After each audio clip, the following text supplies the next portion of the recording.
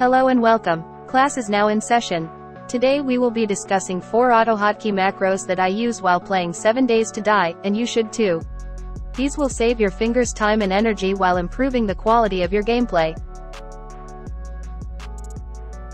You may want to nestle these 4 macros within an if statement so their functionality is restricted to your 7 Days to Die window. This will avoid misclicks and mishaps outside of the game. Number 1. F5. Hold down left mouse button. Super useful when mining resources like ores and trees which, depending on your block damage settings, could take a long time to do. Number 2. F6. Hold down right mouse button. Same use as F5 except it will use power attacks in-game. This is for when you have lots of stamina regen and you want to get mining and woodcutting done faster. Number 3. Numpad Mult. Auto Walk. Toggles auto walking in-game for those long hikes.